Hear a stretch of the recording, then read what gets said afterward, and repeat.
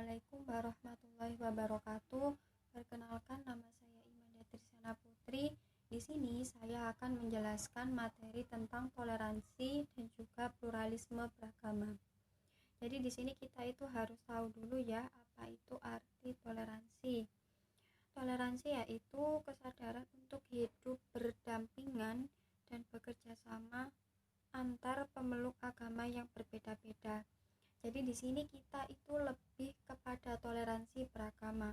Jadi di sini kita akan membahas tentang bagaimana sih cara kita menghargai orang lain. Bagaimana sih cara kita toleransi dengan orang yang memiliki keyakinan berbeda dengan kita. Jadi di sini kita itu harus membangun kehidupan yang dapat bersanding. Di sini dapat bersanding itu seperti ya saya Islam, kamu Kristen, dia Katolik.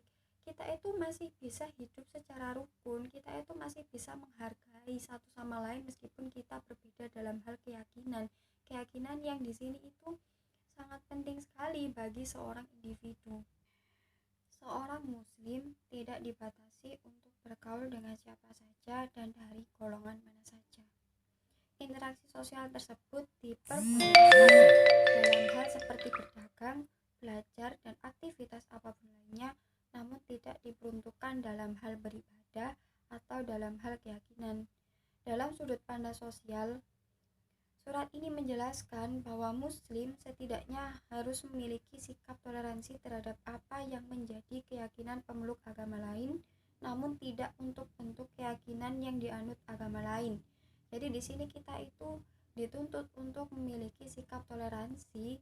Dalam hal ini itu seperti kita tidak memaksakan apa yang kita yakini itu kepada orang lain, tapi kita itu lebih kepada ya kalau saya Islam, kamu tidak Islam, ya sudah, kita masih bisa hidup berdampingan.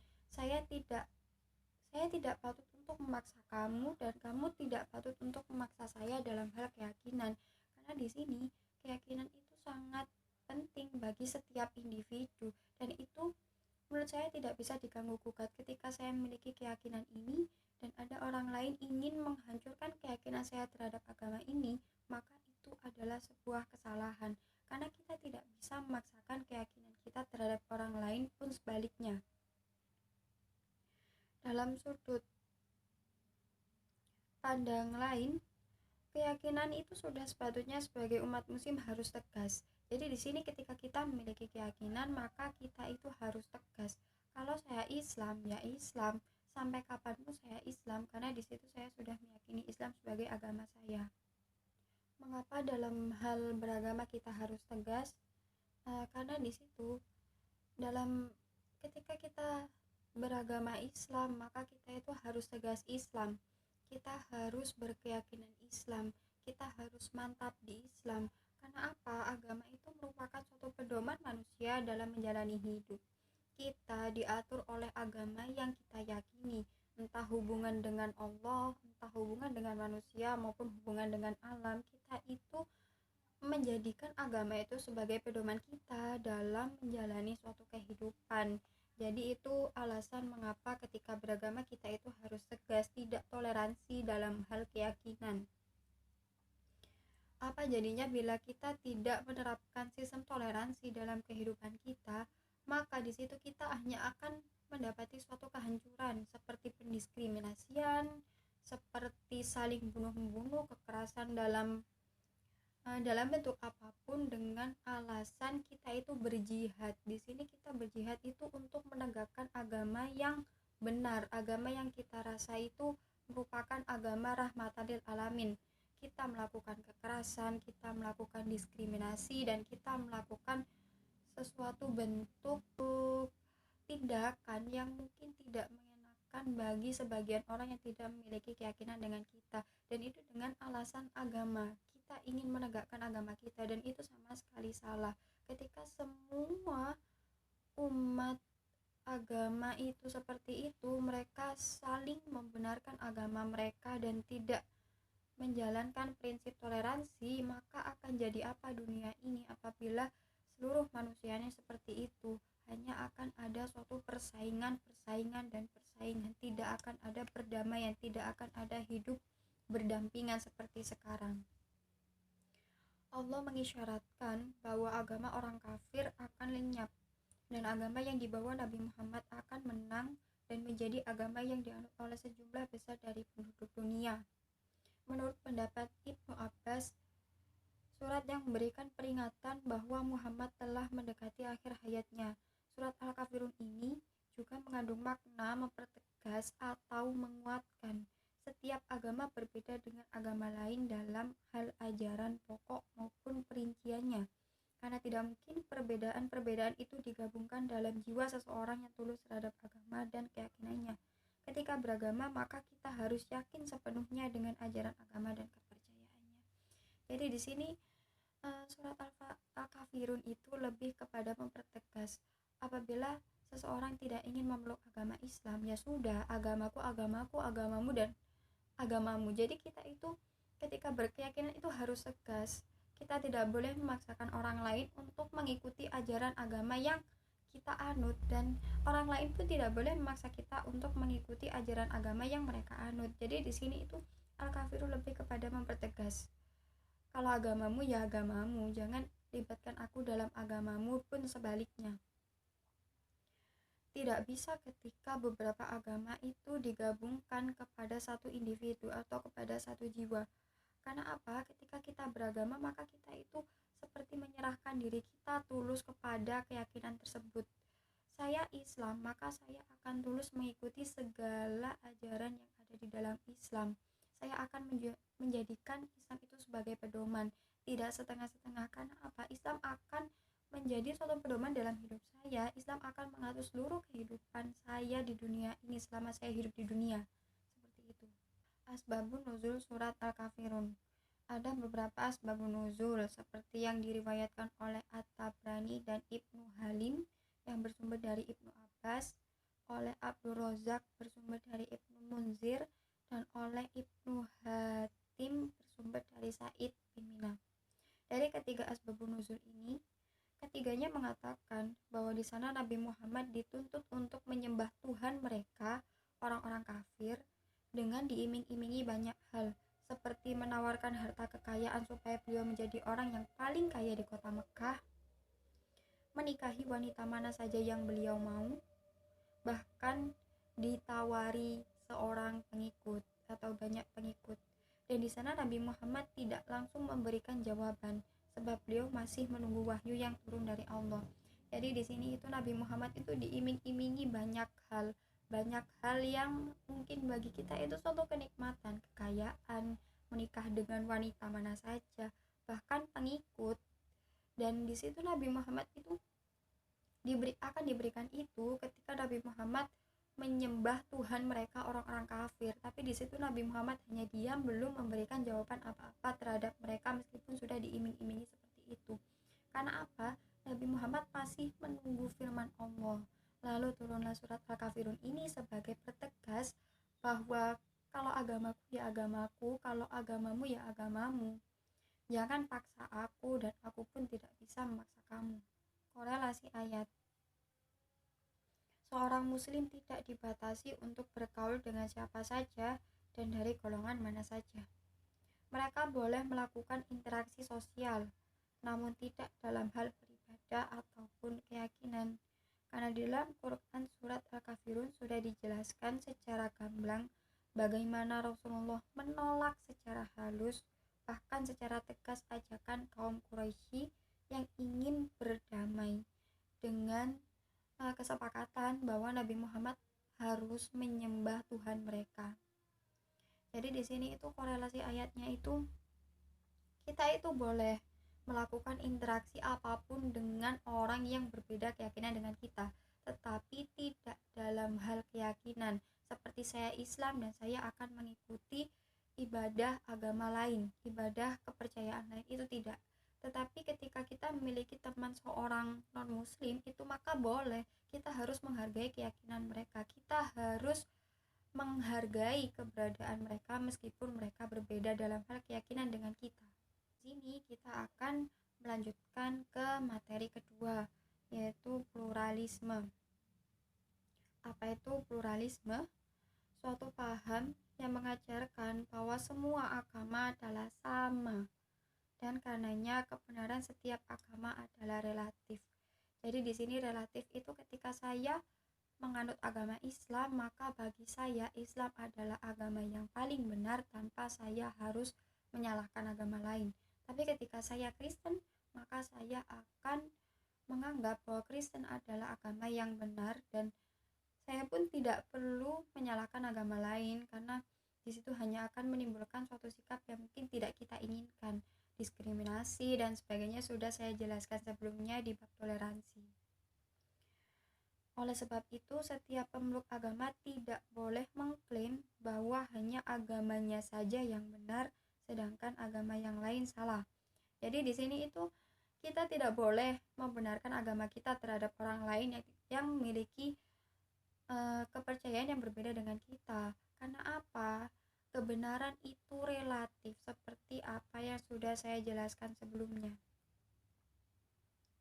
Pluralisme agama juga mengajarkan bahwa semua pemeluk agama akan masuk dan hidup berdampingan di surga. Keniscayaan adanya pluralisme di dunia ini adalah kehendak Allah. Jadi di sini pluralisme itu dia itu menjanjikan bahwa seluruh umat beragama meskipun berbeda mereka akan bersanding di surga meskipun mereka tidak memiliki satu keyakinan yang sama, entah itu Islam semua, entah itu Kristen semua, entah itu Protestan semua dan sebagainya, itu mereka akan tetap bersanding di surganya Allah, di surga yang sudah dijanjikan. Di sini pluralisme itu suatu keniscayaan. Pluralisme itu kehendak Allah, dia ada karena kehendak Allah. Jadi seperti itu. Pluralisme tidak saja mengisyaratkan adanya sikap bersedia mengakui hak kelompok lain untuk hidup, tetapi lebih dari itu, seperti mengharuskan kesediaan untuk bersikap adil kepada kelompok lain atas dasar perdamaian dan saling menghormati. Jadi di sini pluralisme itu tidak hanya sekedar kita mengakui bahwa ada beberapa agama yang berbeda dengan kita, ada penganut agama yang berbeda dengan kita, tapi di sini kita itu juga menghargai mereka, menghargai keberadaan mereka. Tidak hanya teori kita mengakui oh ada Kristen, oh ada Hindu, oh ada Buddha, tidak seperti itu, tapi kita juga menghargai pluralisme itu seperti itu. Jadi toleransi dan pluralisme itu memiliki keterkaitan. Allah beberapa kali menegakkan tentang kebebasan beragama. Bahwasanya Allah tidaklah memaksa manusia untuk memeluk agama Islam. Allah mengkaruniakan kita pikiran sehingga kita dapat membedakan mana yang baik dan mana yang tidak baik. Tentunya pilihan yang kita ambil kelak akan memberi konsekuensi masing-masing tergantung apa dan bagaimana sesuatu itu kita pilih. Sebagaimana firman Allah dalam Quran surat Al-Baqarah 2:256 dan Quran surat Al-Kahfi 18 ayat 29. Jadi di sini kita lahir itu tidak dipaksa oleh Allah untuk menjadi seorang muslim atau menjadi seorang Kristen, Protestan, Hindu, Buddha dan sebagainya. Tapi di sini Allah itu mengaruniai kita akal agar kita dapat membedakan mana yang benar dan mana yang salah. Maka di situ kita akan dapat menentukan suatu pilihan, entah itu keyakinan dan sebagainya. Dan ketika kita itu memilih satu keyakinan untuk kita jadikan suatu pedoman, maka keyakinan itu akan membawa suatu konsekuensi. Saya memilih Islam, maka itu akan ada konsekuensinya tersendiri. Saya memilih Konghucu, saya memilih Kristen, Protestan dan sebagainya, maka itu akan membawa suatu konsekuensi bagi kita. Tafsir ayat dalam Quran surat Hud surat 11 ayat 118, dari ayat tersebut sangat jelas bahwa ketunggalan dalam beragama dan berkeyakinan tidaklah dikehendaki Tuhan. Pada ayat lain, secara eksplisit Al-Quran menegaskan bahwa siapa saja baik Yahudi, Nasrani, dan lain-lain yang menyatakan hanya beriman kepada Allah, percaya pada hari akhir, dan melakukan amal soleh tidak pernah disia-siakan oleh Allah. Jadi di sini entah itu kaum Yahudi, Nasrani, dan sebagainya, ketika mereka itu percaya akan adanya Allah, percaya akan adanya hari akhir, dan melakukan amal-amal baik, maka orang-orang tersebut meskipun mereka Yahudi dan Nasrani, mereka itu tidak akan disia-siakan oleh Allah.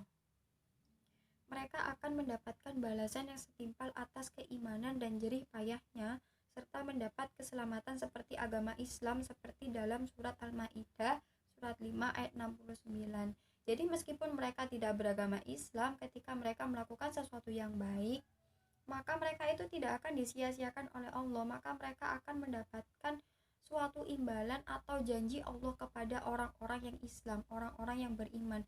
Jadi itu tidak akan sia-sia perbuatan baik mereka di dunia ketika mereka itu melakukan sesuatu yang baik.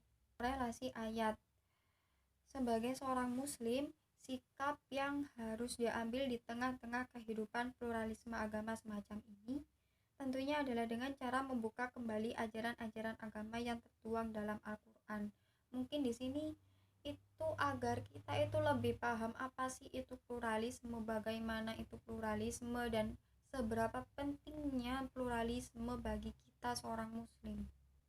Di dalam Al-Quran kita dapat menemukan beberapa ayat yang seolah-olah bernuansa pluralisme agama, seperti Quran surat Al-Baqarah ayat 256.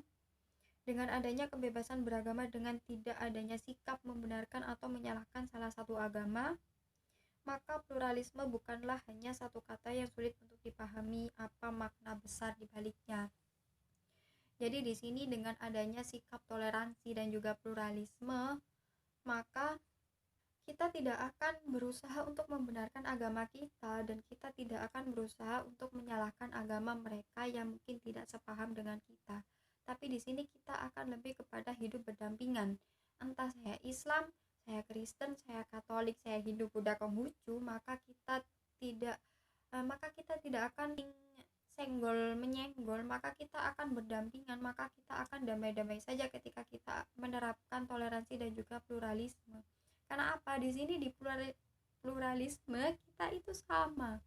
Kita akan sama-sama bersanding di surganya Allah. Karena apa? Kebenaran itu relatif seperti yang sudah saya jelaskan tadi. Ketika saya beragama Islam, maka kebenaran milik Islam. Ketika saya beragama Kristen, maka kebenaran itu milik Kristen. Itu tergantung apa agama yang kita anut, maka kebenaran itu ada pada agama tersebut. Jadi di sini kita tidak bisa membenarkan dan menyalahkan agama-agama, karena apa? Ya kebenaran itu relatif seperti apa yang sudah saya jelaskan tadi. Mungkin sekian penjelasan dari saya mengenai bab toleransi dan juga pluralisme.